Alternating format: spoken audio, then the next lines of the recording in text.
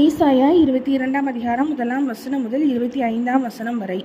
தரிசன பள்ளத்தாக்கின் பாரம். உன்னில் உள்ளவர்கள் எல்லாரும் வீடுகளின் மேல் ஏறுவதற்கு உனக்கு இப்பொழுது வந்தது என்ன?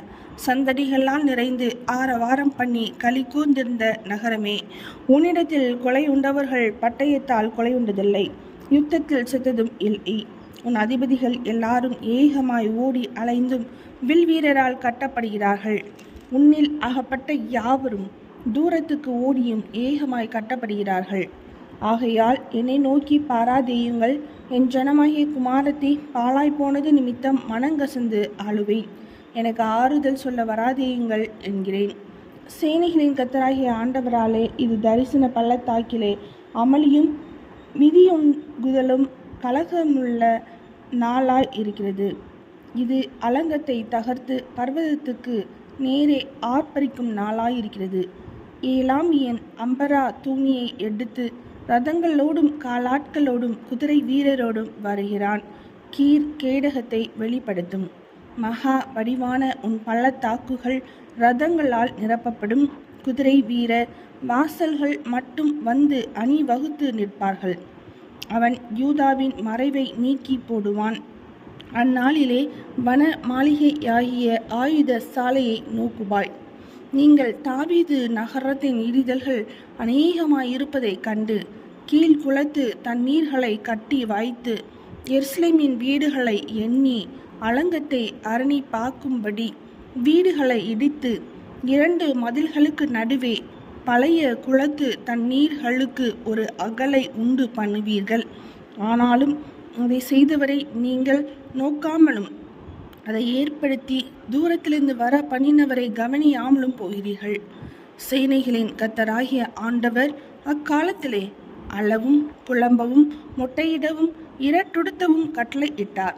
நீங்களோ சந்தோஷித்து களித்து ஆடு மாடுகளை அடித்து இறைச்சியை சாப்பிட்டு திராட்சை ரசத்தை குடித்து புசிப்போம் குடிப்போம், நாளைக்கு சாவோம் என்று சொல்வீர்கள். மெய்யாகவே நீங்கள் சாகு மட்டும் இந்த அக்கிரமம் உங்களுக்கு நிவர்த்தியாவதில்லை என்று சேனைகளின் கர்த்தராகிய ஆண்டவர் சொல்கிறார் என்பது என் செவி கேட்கும்படி சேனைகளின் கர்த்தரால் தெரிவிக்கப்பட்டது. சேனைகளின் கர்த்தராகிய ஆண்டவர் உரைத்ததாவது: நீ அரண்மனை விசாரிப்புக்காரனும் பொக்கிஷக்காரனுமாகிய செப்னா என்பவனிடத்தில் போய் சொல்ல வேண்டியது என்னவென்றால், உயர்ந்த ஸ்தலத்திலே தன் கல்லறையை வெட்டி கண்மலையிலே தனக்கு வாசஸ்தலத்தை தோண்டுகிறவனைப் போல நீ உனக்கு இங்கே கல்லறையை வெட்டும்படிக்கு உனக்கு இங்கே என்ன இருக்கிறது? உனக்கு இங்கே யார் இருக்கிறார்கள்? இதோ பலவான் ஒருவனை துரத்துகிற வண்ணமாக கர்த்தர் உன்னை துரத்திவிட்டு நிச்சயமாய் உன்னை மூடி போடுவார். அவர் உன்னை உருண்டையை போல அகலமும் விசாலமுமான தேசத்திலே சுழற்றி எறிந்து விடுவார். அங்கே நீ சாவாய். அங்கே உன் மகிமையின் இரதங்கள் உன் ஆண்டவனுடைய வீட்டுக்கு இகழ்ச்சியாக இருக்கும். உன்னை உன் நிலையை விட்டு துரத்தி விடுவேன். உன் ஸ்தானத்திலிருந்து நீ பிடுங்கி போடப்படுவாய்.